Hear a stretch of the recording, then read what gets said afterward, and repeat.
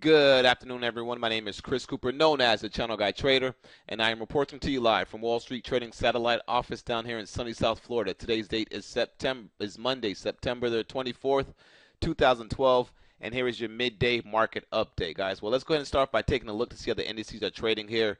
We have the Dow Jones is currently down 28 points. The comp is down 24. The Russell is actually showing some relative strength today, up $1.42.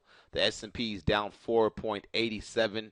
Taking a look at the banks, BKX, the banking index is up 14 cents, so pretty much flat. Oil index is getting better off the lows, down 573. Was down a little bit over 9 points or 8.5 points this morning. Commodities across the board are flat. Dollar's a little bit strong. Euro is weak. We have some selling pressure going on in the Apple stock, which we bought the Apple 675 weekly puts in the chat room for like $3.35. They're trading like at $4 and some change right now. $4 and some change right now. Here, what are they trading at? They're actually trading at $4.65. I call that one out at $3.35. So pretty good there. Some people shorted the stock as well. That was like around 12 o'clock, 12:24.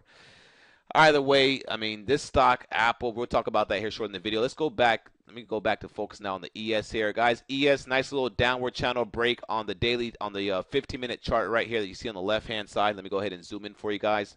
Nice little downward channel break. We got that little chop that they love to do. They broke it out. Was not able to get above 1451 and hold.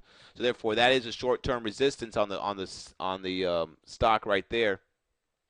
And right now, we still have a chance to, still make some constructive action to the top side.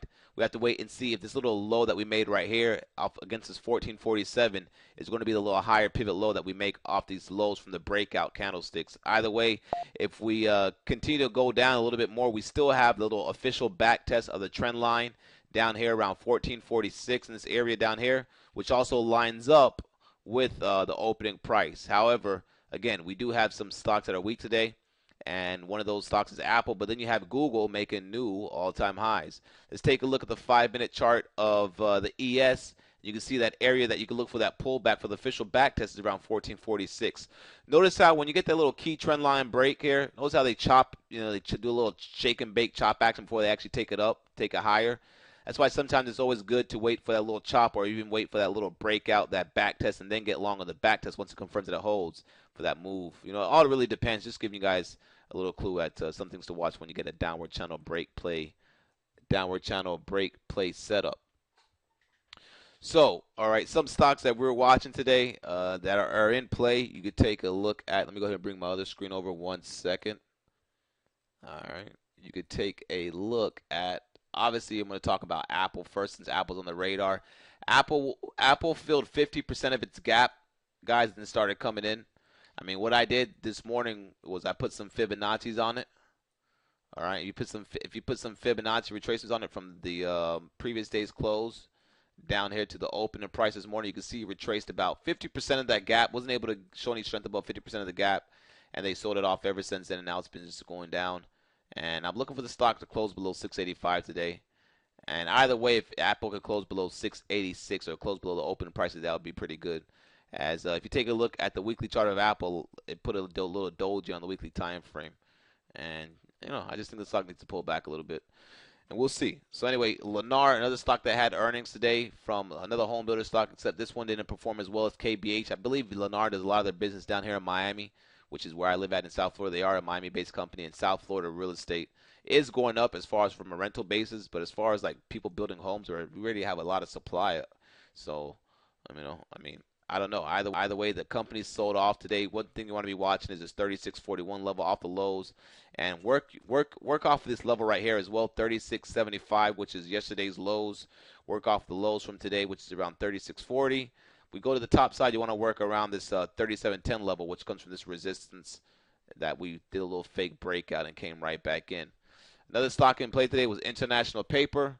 International Paper was holding the opening price around here, around 37, this 36.80, but failed, came right back in.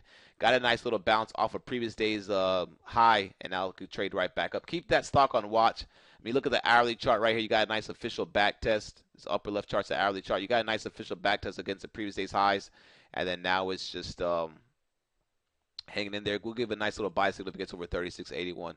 Stock gapped up this morning, and I'm not sure what the news was. Just was on the gapper list.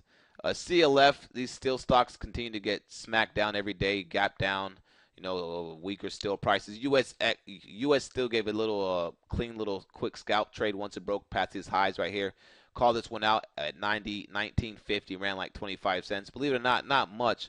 But hey, 25 cents could be a lot to somebody that does, 1,000 shares, 2,000 shares plus, whatever. So, just a little low risk trade. Was showing some relative strength this morning. Buy breakout past the highs, 25 cents there. Um, what else? Red Hat. Keep Red Hat on watch. RHT has earnings after the bell. If you like to trade earnings, it's definitely going to be a stock to watch. So keep an eye on Red Hat. Yeah, that's just something else to watch right there. Aside from that, guys, not really seeing much. I mean, if we take a look at the market here, the Qs are just trading sideways, holding the opening price. If these Qs could start holding below 69.50, expect some selling pressure. The IWM was showing some relative strength this morning, basically giving it all back now. On the IWM was showing some relative strength early, basically gave it all back since it started selling off at 11 o'clock. SPY still holding up above the opening price. And that's really about it, guys. So I'm going to end the video here. Hope you guys are having a great trading day. Make sure you stay tuned for the After the Bell Market Summary, which will be out after the close. Have a great trading day, guys. Cheers.